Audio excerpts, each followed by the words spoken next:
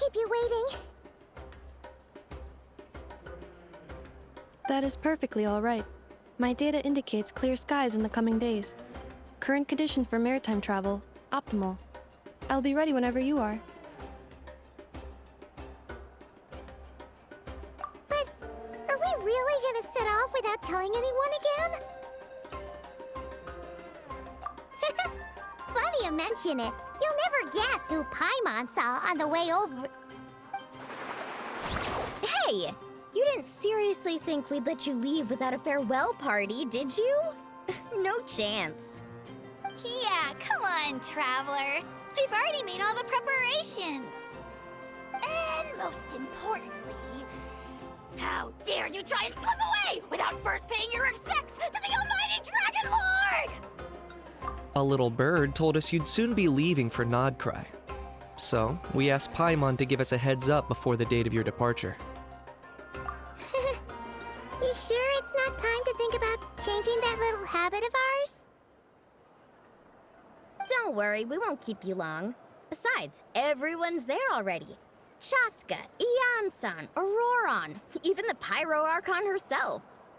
You're invited too, Anefa. Shilonen has a special gift for you.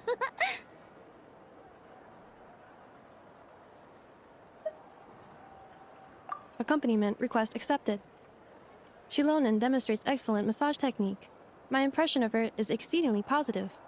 Wait, so robots like massages too?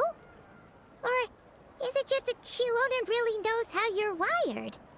Alright, enough with the chit-chat. Let's head to the venue. Woohoo! Party time!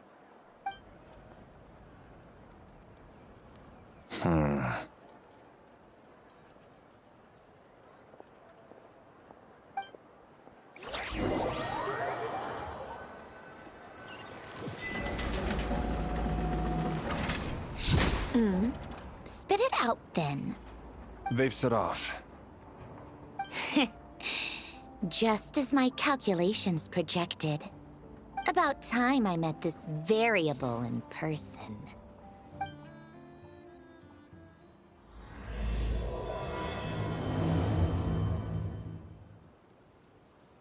You know, every time we head to a new nation, there's always a point where it suddenly dawns on Paimon. This is it.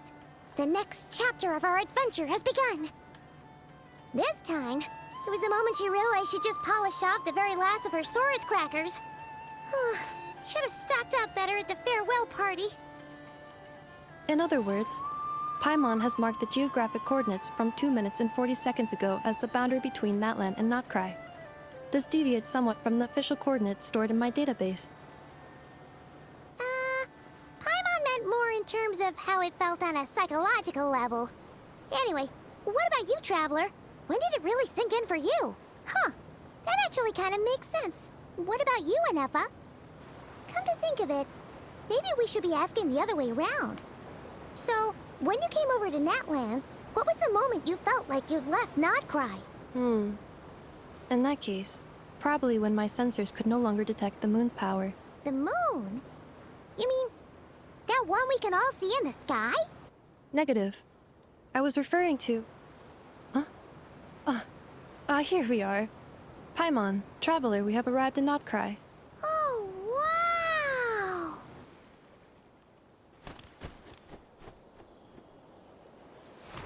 Paimon, Traveler, welcome to Nod-Krai.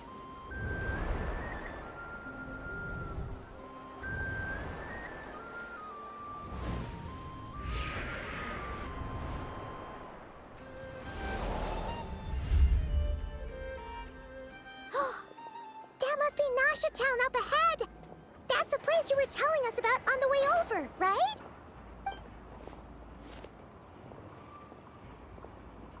That is correct, Paimon.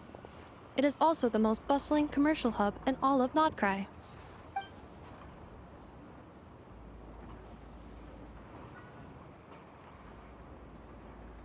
Oh, sounds like the perfect place to start trying out all the local specialties. Huh? Is something up, Traveler? Paimon, This is where our spaceship landed when Lumine and I first arrived in Teyvat. Huh? Are you sure? But how come you've never mentioned that before? Seems pretty important to Paimon. Oh, well, because those memories are really hazy.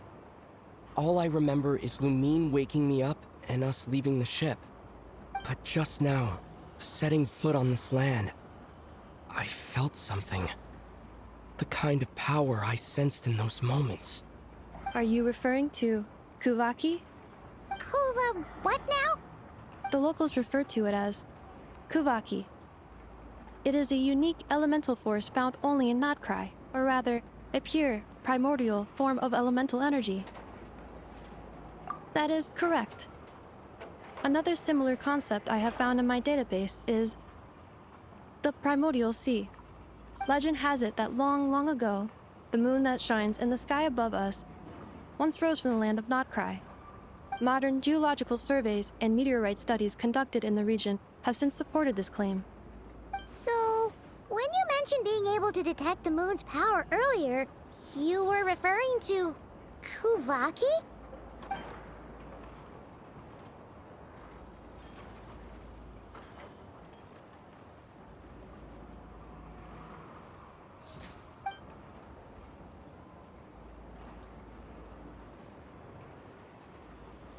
Wait, Traveler, you're saying we might actually find your spaceship here? Do you still remember where it landed? Nod-Krai is surrounded by the ocean. In other words, it could have been anywhere along its coastline.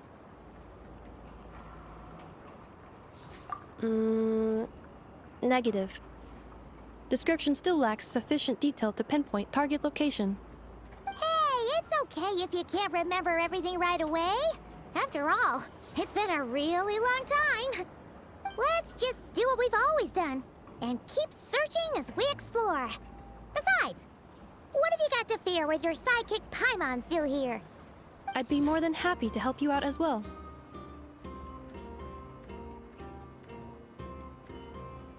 Our pleasure. Anyway, just knowing that your spaceship's here in Nod-Krai surely counts as a big step forward, huh? Like we've crossed another boundary? Paimon couldn't have put it better herself. You sure are a quick learner, Inefa.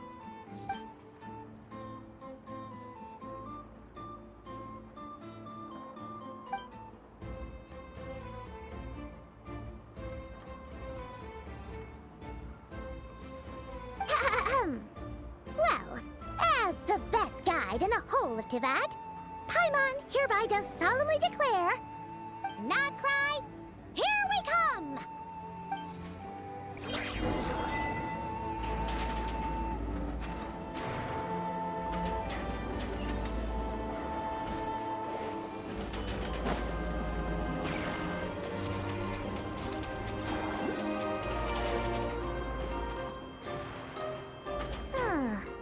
It just occurred to Paimon, if we were looking to put out a missing spaceship commission, or to learn more about Nod-Krai, wouldn't it make sense to drop by the Adventurers Guild? The guild is located in Nasha Town. Simply follow this road and you'll reach it.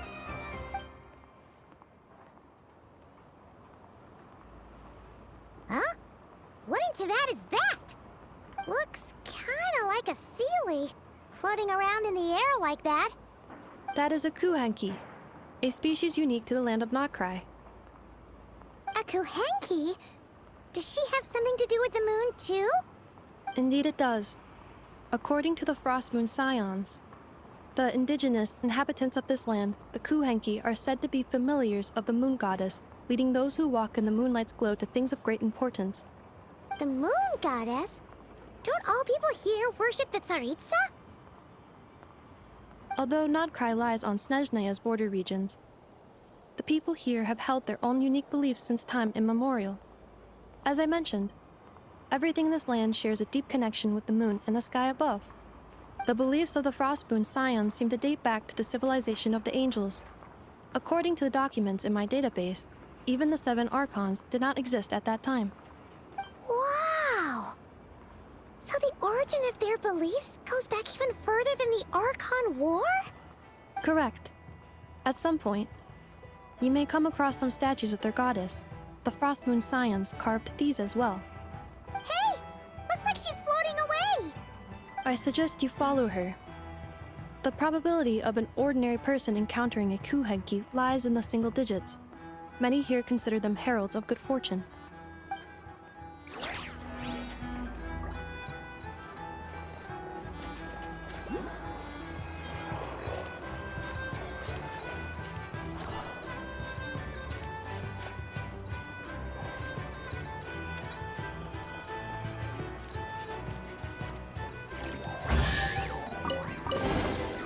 I'll keep this close. Is this a travel guide? Huh. It actually led us to something useful.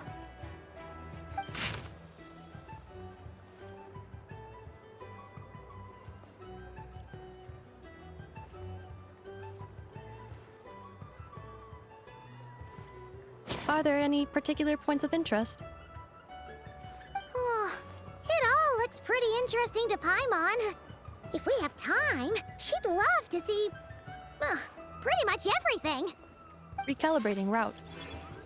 If we keep following the current path, we will arrive at an area of scenic beauty. From there, we will be able to identify both the Adventurers Guild and several must-visit specialty stores. Yikes! Why is Paimon suddenly getting the feeling that if she doesn't step it up soon, Ineva's gonna put her out of a job?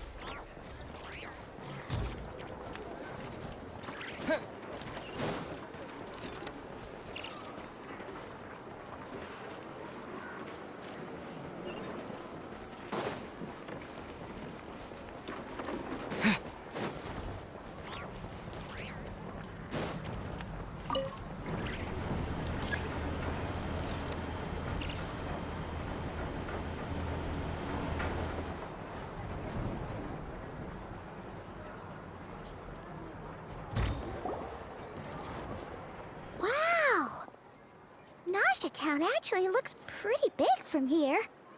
Feels a bit different than Paimon imagined, though. Which aspects in particular deviated from your expectations? Well, Paimon keeps hearing people describe Nod-Krai as an adventurer's paradise. So she kind of thought it'd be a bit more picture perfect somehow. According to legend, there was indeed an era of peace in Nod-Krai's past, the age of the Fae. Tales of those ancient heroes are still told today. One of the most well-known is that of the Lantern Fae. This individual performed many good deeds for Nod-Krai.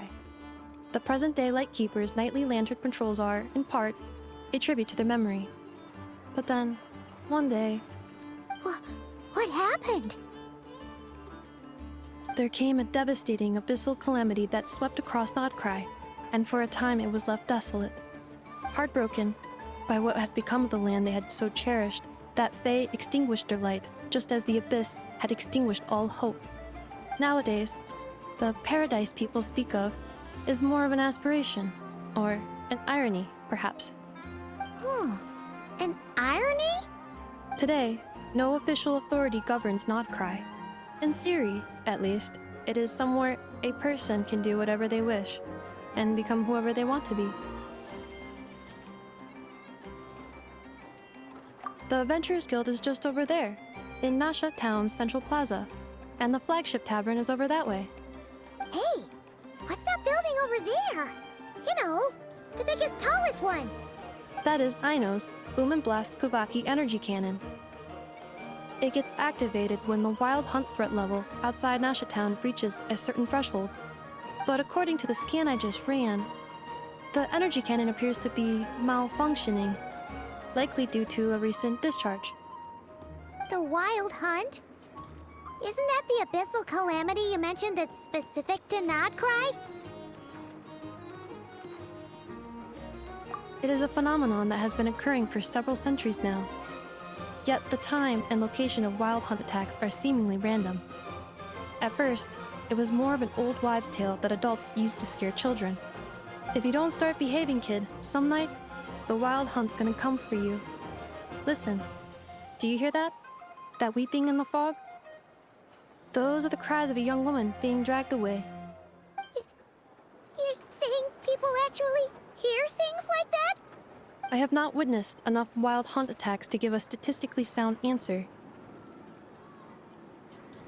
But the oldest legends say that all people saw was the ghostly shadow of a woman in the mist. It wasn't until later that it became a full-blown calamity. Abyssal monsters and all. Oh, when you put it like that, Paimon's really gotta hand it to Aino. Not only did she repair you, but she's even built a giant cannon to keep the wild hunt at bay. Absolutely. Aino is very impressive indeed. Anyway, according to my schedule, it is time I took you over to the flagship. Oh, sure. After all, we shouldn't keep Varka waiting. Well, Paimon's not sure if he'll actually show up at the bar this early.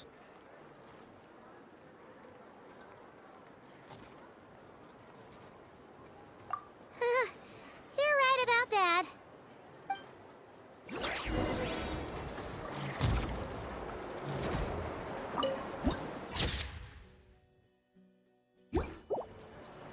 This elevator was inspired by the one in Romaritime Harbor.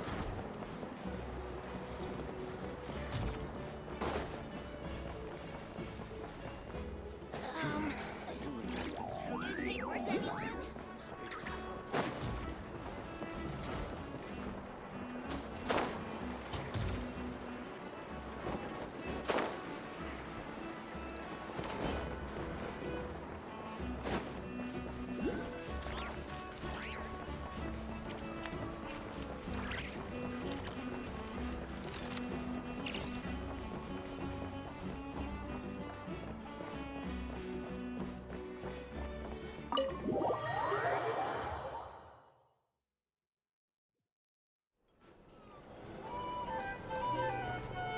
Here we are, the flagship. Varka told us to meet him here in his letter, right? Let's see. Varka? Varka! No matches identified. Huh.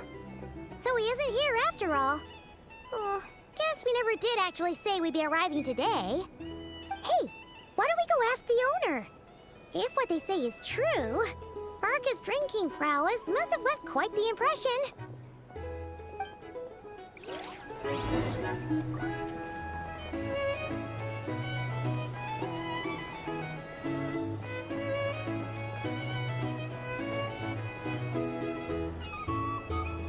Huh?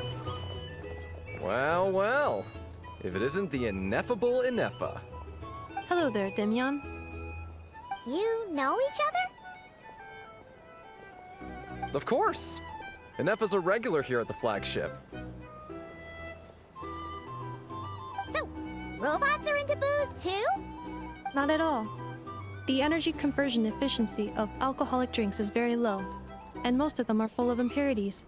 Still, I can affirm that your berries and fried meat deserve a solid 9.12 out of 10.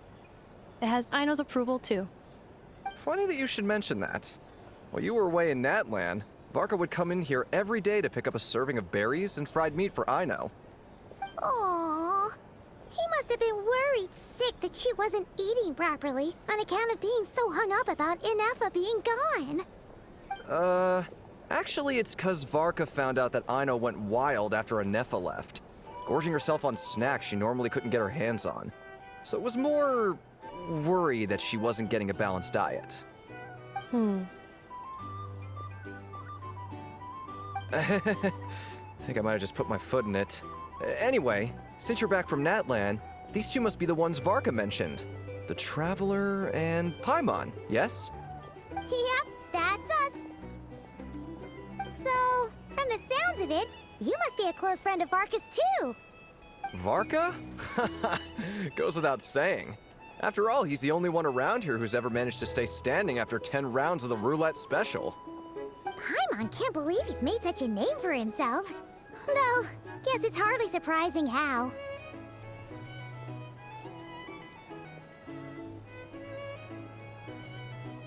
Right now?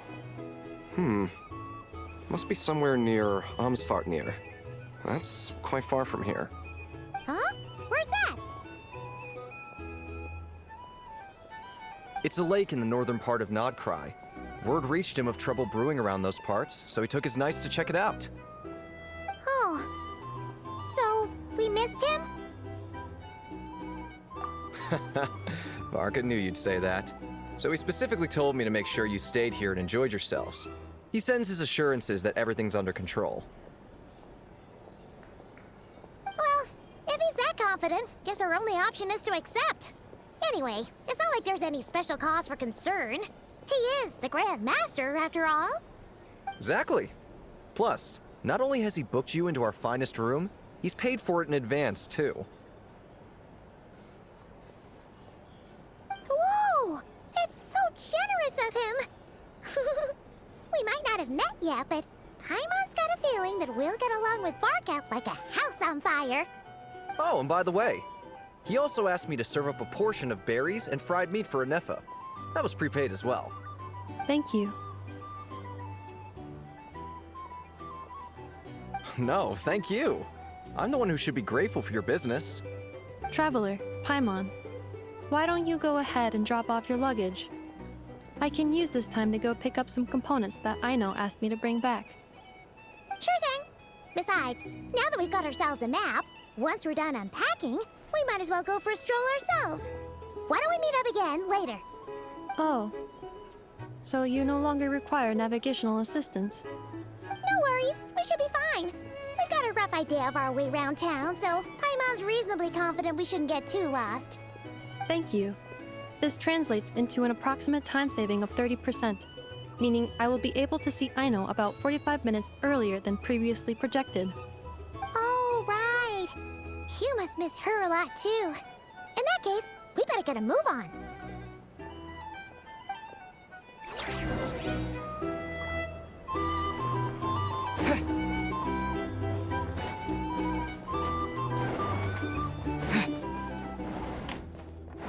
So noisy. Look at my day, weed.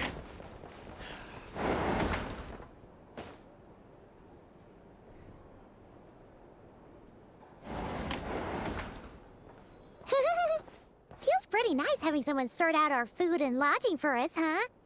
But is this really the flagship's best room? It's pretty big, make no mistake, but it looks a little worn out, right? Though, to be perfectly honest, that feels right at home with everything else we've seen of Nasha Town.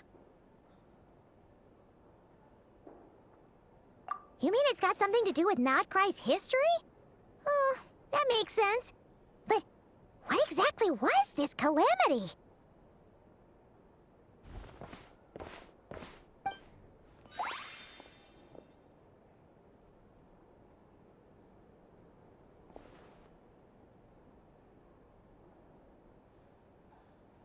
Oh, should we try the berries and fried meat too? Paimon's getting hungrier and hungrier every time someone mentions it. Oh, sorry about that. Paimon wasn't watching where she was going. Please, there's no need to apologize. If anything, I'm the one who should be sorry. Clearly, I shouldn't have gotten lost in my thoughts in the middle of a hallway. Wait a sec. Are you staying in the room next to ours? Ah, quite the perceptive one, I see. First things first, allow me to introduce myself. My name is Kirill Chudamirovich Flintz, but please, just call me Flintz. Whoa, that's an impressively long name for sure. Ah, is that so? Names like mine ought to have been fairly common in Snezhnaya, at least in the past. Would I be correct then to assume that the two of you are travelers in this land? Yep, you sure would be. Paimon is Paimon, and this is the Traveler. We've been to a bunch of nations already, but we only just arrived in Nod-Krai today. What a rare honor it is to meet such worldly travelers. Are you here for travel too? If only I had the time to spare. No, I'm just staying the night. Oh, so you're here for business? That's certainly one way to put it. I'm a Ratnik of Nod-Krai, normally stationed near the burial grounds to the north. My sole cause for being here today was to repair this lantern of mine.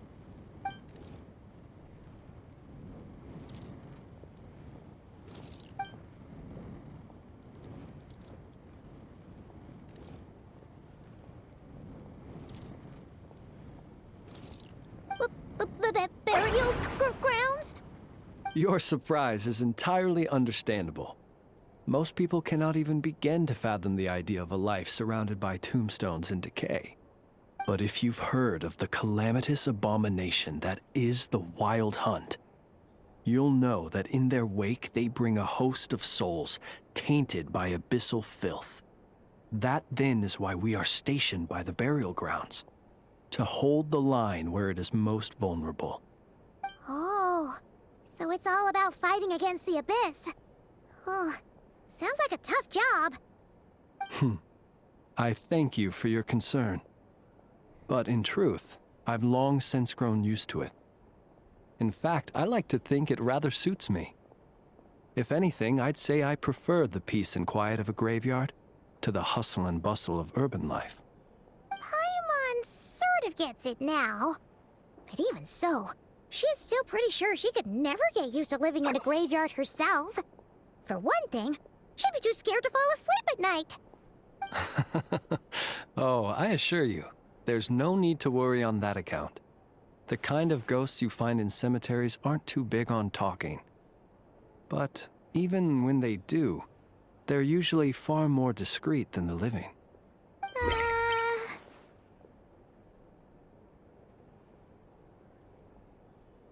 Well, would you look at that? Who'd have thought we'd end up chatting this long? Must have a lot in common, huh? Forgive me, but I must excuse myself, for the time of my appointment draws near.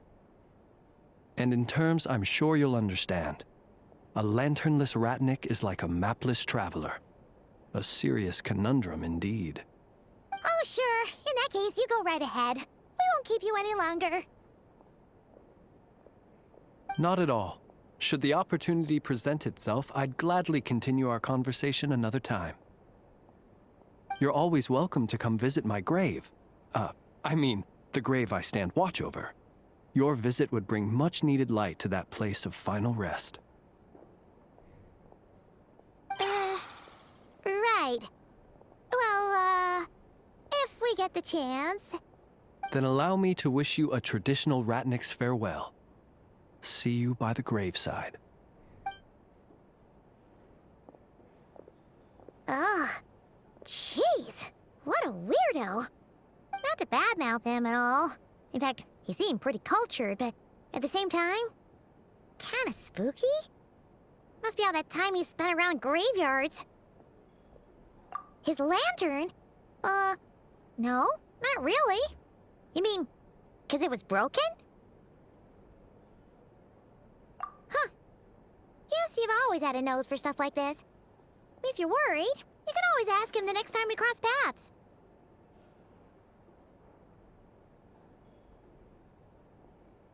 Hey, don't you start spouting all that weird stuff too.